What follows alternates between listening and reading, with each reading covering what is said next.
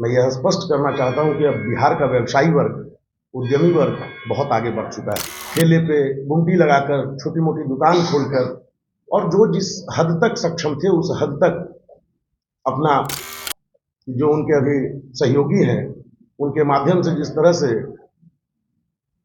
1995 से 2004 के दौर में केंद्र की योजनाएं चलाई गई, उनका लाभ लेकर चीजों को आगे लेके बढ़ रहे हैं। यह स्थापित तथ्य है, जब जब जनता दल यू भारतीय जनता पार्टी से अलग होती है, जब जब सर आप देख रहे हैं नेशन सिटी लाइव, मैं हूं सुधेंदु रमन। देखिए, भाजपा के जो प्रदेश उपाध्यक्ष हैं संजय खंडेरिया ने एक बार फिर से नीतीश कुमार पर जमकर हमला बोला है।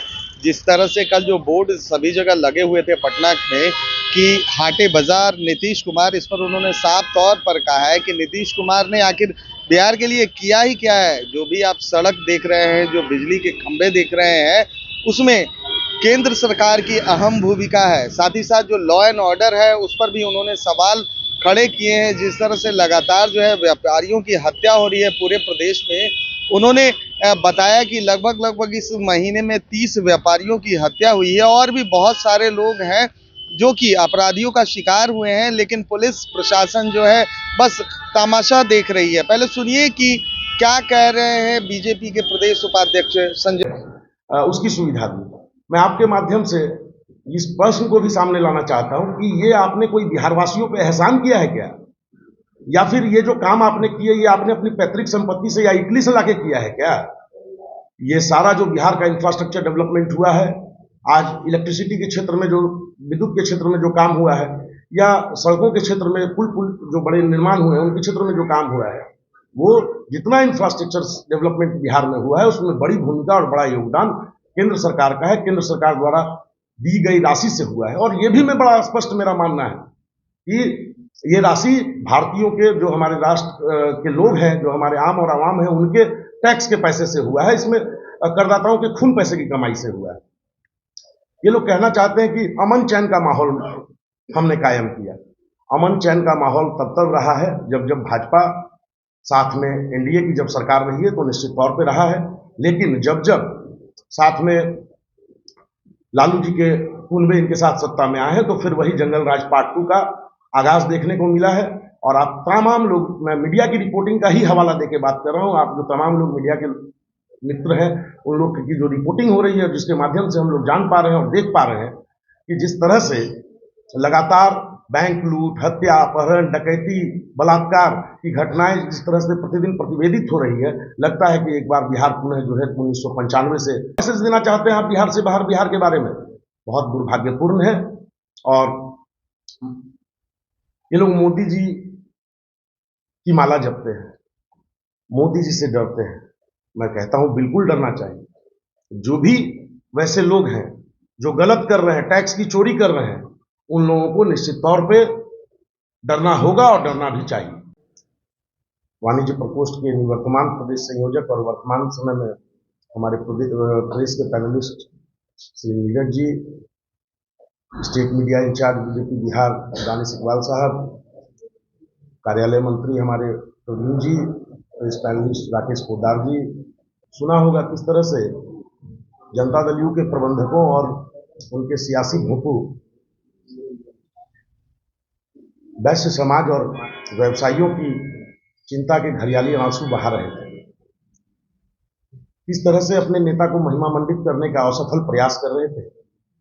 इस विषय पे आवश्यक था कि जो उचित तथ्य हैं वो आप लोगों के माध्यम से बिहार वासियों को और जो संपूर्ण बिहार भर के व्यवसायी हैं उनके संज्ञान में चीजें आए। और इसलिए आज इस प्रेस वार्ता के माध्यम से जो कल उन लोगों ने हाटे बाजार नीतीश कुमार अभियान की चर्चा करते हुए अनर्गल प्रलाप कर रहे थे, उस विषय पे आपके माध्यम से मैं यह स्पष्ट करना चाहता हूं कि अब बिहार का व्यवसायी वर्ग, उद्यमी वर्ग बहुत आगे। जनता दल यू के लोगों का ये मानना है कि जो उनके अभी सहयोगी हैं उनके माध्यम से, जिस तरह से 1995 से 2004 के दौर में जंगल राज और चरवाहा महाविद्यालय की परिकल्पना की जाती थी, उसी तर्ज पे इन सारे लोगों को ये लोग पुनः हाट बाजार और सड़कों पे ले जाना चाहते हैं। जो कतई संभव अब नहीं है। अब इस बिहार में, बिहार का जो वैश्य समाज और व्यवसायी वर्ग है वो बहुत आगे बढ़ चुका है। विकसित भारत की जो परिकल्पना आदरणीय मोदी जी ने की है, उसमें उन लोगों का बड़ा योगदान है, राष्ट्र निर्माण में उनकी भूमिका है, और वो अपने सीमित संसाधनों में जो कुछ केंद्र की योजनाएं चलाई गई उनका लाभ लेकर चीजों को आगे लेके बढ़ रहे हैं।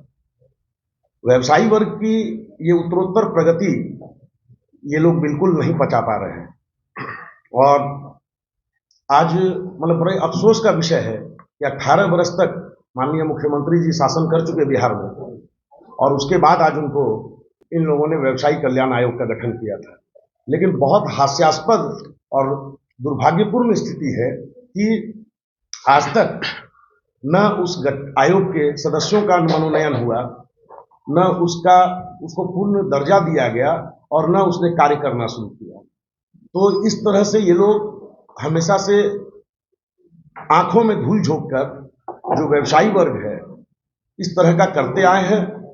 और जहां तक वैश्य समाज और व्यवसायी वर्ग का सवाल है, लेना चाहूंगा आप लोगों के बीच कि किस तरह से 1 अगस्त को पटना सिटी में गल्ला व्यवसायी की हत्या होती है, 19 अक्टूबर को समस्तीपुर जिले में 3 अलग अलग घटनाक्रमों में 3 व्यवसायियों की हत्या होती है, 15 नवंबर को जहानाबाद में मछली कारोबारी की हत्या होती है, 12 नवंबर को सीतामढ़ी में व्यवसायी की हत्या होती है, 1 नवंबर को पटना में सीमेंट व्यापारी की हत्या होती है, 4 दिसंबर को फतुहा में दूध विक्रेता फग्गू यादव की हत्या होती है, 5 दिसंबर को छपरा में चावल व्यवसायी किशोर महतो की हत्या होती है, 16 दिसंबर को मुजफ्फरपुर में किराना व्यवसायी संजय चौधरी की हत्या होती है, 15 दिसंबर को नवादा में दीपक नमकीन भंडार के मालिक दीपक जी की हत्या होती है। ये कुछ नाम मैंने सिर्फ आपको गुनाए हैं, कुछ घटनाओं का मात्र जिक्र किया है।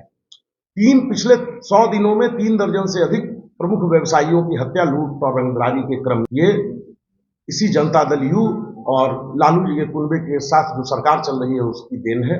इस बात से कतई इनकार नहीं किया जा सकता। कल ये लोग चर्चा कर रहे थे, कुछ विषय उनको भी संज्ञान में लाना जरूरी है। ये लोग कहते हैं कि हमने अमन चैन का माहौल बनाया।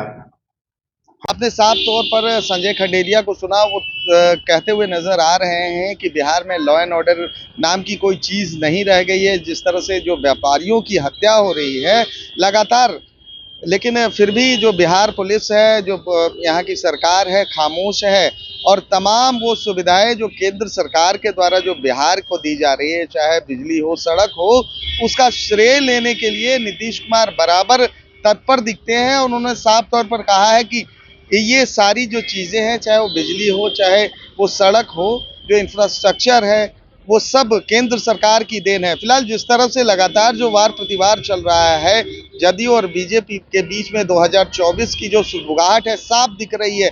सभी जो दल हैं अपने कामों का श्रेय लेने को तत्पर दिख रहे हैं। फिलहाल अगर आपको हमारी खबर अच्छी लगी हो तो इसे लाइक, शेयर, सब्सक्राइब करना ना भूलें और देखते रहें नेशन सिटी लाइव।